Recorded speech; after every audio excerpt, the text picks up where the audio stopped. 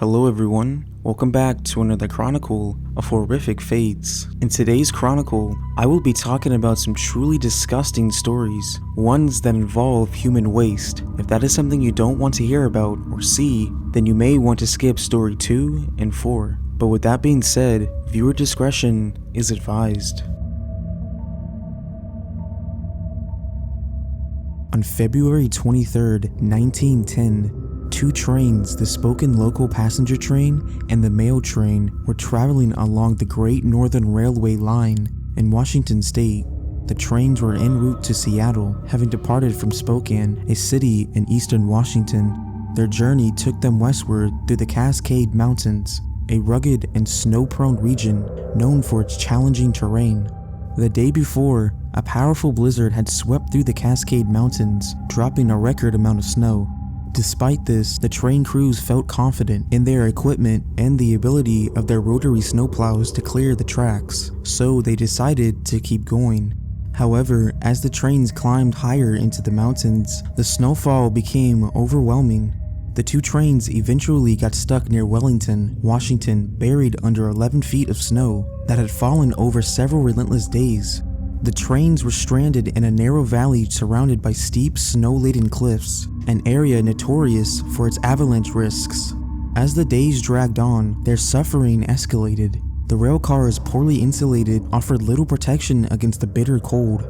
Fires burned in small iron stoves, but fuel was limited and the heat was uneven. Frostbite began to creep into extremities, and some passengers huddled together for warmth. Children cried from hunger and fear, while adults tried to maintain a sense of hope, though dread hung heavy in the air. The snowstorm refused to let up. Winds howled through the mountains, and avalanches in the surrounding cliffs sent thunderous rumbles to the valley, shaking the stranded trains.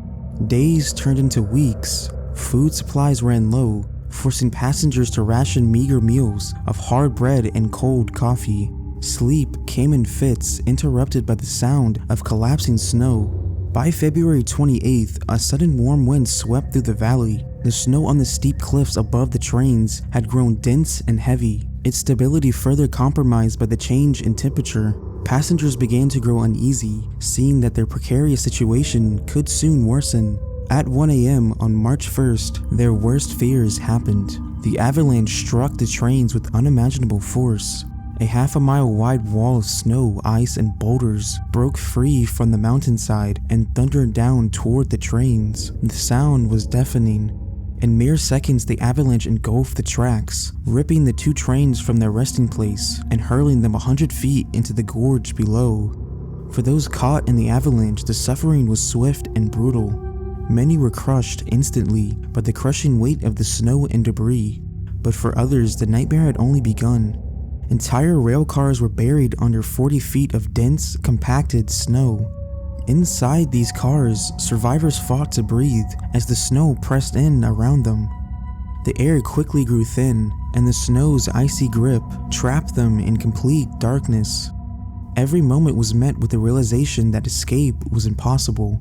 The suffocating snow robbed their lungs of oxygen, forcing victims into a slow, desperate fight for breath. Some screamed for help, their cries muffled by the snow, but the rescue was hours away. Others likely succumbed to hypothermia as the freezing temperatures drained their bodies of warmth. For those fully conscious, the crushing weight of the avalanche brought not just physical agony, but an overwhelming sense of dread as they realized rescue might never come. When daylight broke, the scene was devastating. Rescue crews arrived but were met with treacherous conditions. The location of the trains was known because the crew had maintained communication with the Great Northern Railway officials before becoming stranded.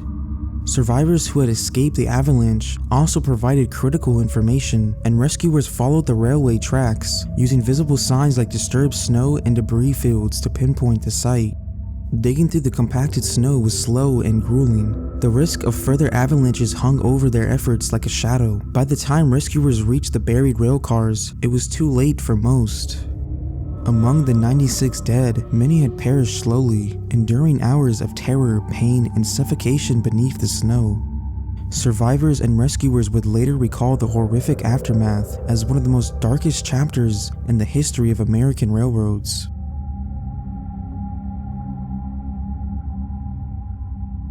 In the early afternoon of February 25th, 2022, 5 experienced commercial divers prepared to undertake a routine maintenance operation off the coast of the Puente A Pereira, Trinidad and Tobago.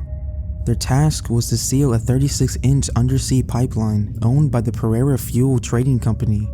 The pipeline was designed to transport fuel and had been temporarily shut down for repairs. For the divers, it was just another day on the job. The team, employed by the LMSCS Limited, had conducted such operations many times before. Their tools were prepared and their experience provided confidence as they descended into the murky waters. They were tasked with using an inflatable plug to isolate a section of the pipeline for maintenance. According to protocol, the line had been depressurized, and there should have been no active flow of liquid or gas through it. The divers were positioned carefully. 4 of them, Kazim Ali Jr., Yusuf Henry, Fazal Kurban, and Rashi, were submerged at the pipeline's mouth, while the 5th, Christopher, worked nearby. Above water, supervisors monitored their progress, ensuring that everything proceeded as planned. Suddenly, the ocean turned violent. Without warning, a tremendous force surged through the pipeline. A phenomenon known as Delta P occurred, a powerful vacuum created by an unexpected pressure difference between 2 sections of the pipe. The sheer force was immediate and unrelenting, capable of pulling anything or anyone into the pipeline. Christopher, stationed slightly away from the pipeline, felt the sudden change in water movement. Before he could react, he saw his colleagues disappearing one by one into the dark maw of the pipe. The current was so powerful that it sucked the men in with no chance of resistance. In an instant, they were gone, pulled deep into the labyrinth structure of the pipeline. Christopher fought for his life as the water churned violently. By sheer luck, he managed to evade the pipe's suction and scramble to the surface. Gasping for air, he alerted the surface team, who quickly realized the gravity of the situation. 4 men, colleagues and friends, were trapped somewhere inside the massive pipeline.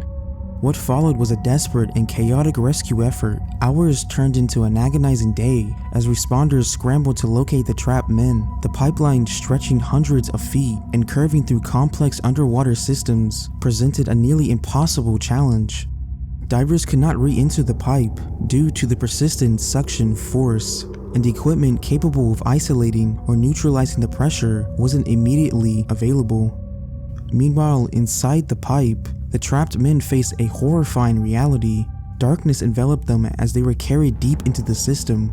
The confined space, devoid of oxygen, offered no escape. The chilling silence of the pipe was only interrupted by the sound of rushing water and their own labored breathing. For hours they clung to hope, desperately waiting for a rescue that never came. Hypoxia, oxygen deprivation, would have eventually overcome them, their bodies succumbing to the relentless conditions. After nearly 4 days, their bodies were recovered from inside the pipeline. The news confirmed the worst fears of their families and colleagues. Investigations revealed glaring lapses in safety protocols. The pipeline had not been properly sealed, and the potential for a Delta P event had been grossly underestimated. Additionally, emergency response plans were either insufficient or non-existent.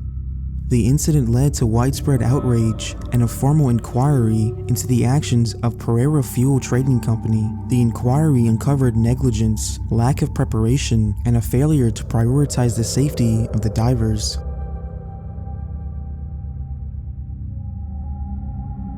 In the quiet town of Slaughter, Louisiana, Sheila and Clay Fletcher lived a life that appeared, at least from the outside, to be normal.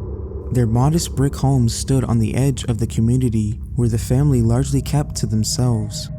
For years, their daughter, Lacey Ellen Fletcher, had been a familiar presence in the neighborhood. A bright and friendly child who enjoyed time with friends and the occasional neighborhood gathering. But as years went by, Lacey seemed to vanish from view. Born in 1985, Lacey was the only child of the Fletchers. In her early years, she had been outgoing and full of life, but by the time she reached her teenage years, everything began to change. Her parents described her as shy. Diagnosed with autism spectrum disorder at 14, Lacey was withdrawn from public school to be homeschooled. The family claimed it was for her benefit, but as time passed, her interactions with the outside world became rare. Neighbors eventually stopped seeing her entirely. For a decade, Sheila and Clay carried on with their lives, active in their church and polite with their neighbors. They were respected in the community, and few thought to question what went on behind the closed doors of their home. Whatever might have been happening to Lacey was a secret the Fletchers never shared, but it was one that could not stay hidden forever. On January 3rd, 2022, Sheila Fletcher dialed 911, reporting that her 36-year-old daughter was unresponsive. Emergency responders arrived at the house, expecting a routine medical call. But what they encountered was anything but routine. In the dimly lit living room, they were met with an unimaginable sight. Lacey's emaciated body was found slumped on the couch, where it had remained for so long that she had partially fused to the fabric. Her body was surrounded by a scene of profound neglect. Blankets encrusted with human waste, a small table littered with untouched items, and a stench so overwhelming it permeated the entire home. Flies buzzed through the room, drawn to the filth and decay. Weighing just 96 pounds, Lacey's body bore the unmistakable signs of immobility. Her skin was covered in open sores and ulcers, some were so deep that the bone was visible. Maggots infested her matted hair. The floor beneath the couch had buckled under the years of accumulated waste. Investigators would later determine that she had been confined to that same spot for 12 years, unable to move, speak, or care for herself. The coroners reported the detailed grim truth. Lacey had died of chronic medical neglect, acute starvation, and infections caused by her immobility.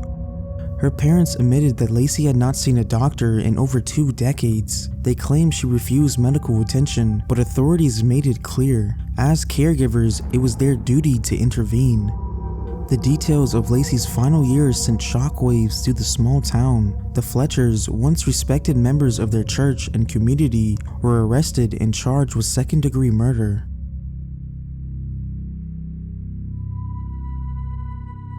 Monica Meyer was the mayor of Betterton, Maryland, a small town situated at the mouth of the Sassafras River on the Chesapeake Bay. Known for her hands-on approach, she took an active role in managing the town's affairs, from local events to infrastructure maintenance. Monica believed no task was beneath her. Among her responsibilities was the inspection of the town's sewage treatment plant, a small facility that served the needs of Betterton's modest population. In March 1980, she arrived at the plant for a routine visit, accompanied by Carl Gustafsson, the part-time supervisor. These inspections were nothing new for Monica. Despite the unpleasant environment, she approached the task as she did with any other, with focus and determination. Plant's layout was straightforward, dominated by an open-air sewage tank where raw waste was collected before treatment. An elevated metal catwalk encircled the tank, providing access for inspections. Though functional, the catwalk was slippery, often wet from condensation and exposed to the elements. Monica and Carl began their rounds early, walking the facility and discussing its operations. The air reeked of untreated sewage, a sharp and nauseating odor that clung to everything. Monica ignored it, instead asking detailed questions about the plant's condition. As they approached the large tank, Monica stepped onto the catwalk to examine its interior. Below, a thick mixture of waste moved slowly. Carl stayed a few steps behind as Monica leaned forward for a closer look. The catwalk beneath her feet was slick. Without warning, her foot slipped. In a split second, Monica lost her balance and toppled forward. Carl shouted and lunged toward her, but it was too late. She fell into the tank. The impact was immediate. Monica hit the surface with a splash and was swallowed by the thick sludge. The material was dense, clinging to her, making it nearly impossible to move. She tried to pull herself free, but the tank's contents acted like quicksand, dragging her deeper. Carl panicked and ran for help, but the plant lacked the tools or equipment necessary for a swift rescue. Minutes turned into an eternity as Monica fought to stay afloat. The weight of the sludge pressed against her, and the overwhelming stench made breathing nearly impossible. By the time emergency responders arrived, the situation was grim. The rescuers faced significant challenges accessing the tank and retrieving her. The heavy sludge acted as both a physical and chemical barrier, making survival unlikely. Tragically, Monica Meyer drowned in the tank before she could be pulled to safety. The aftermath revealed glaring safety failures at the facility.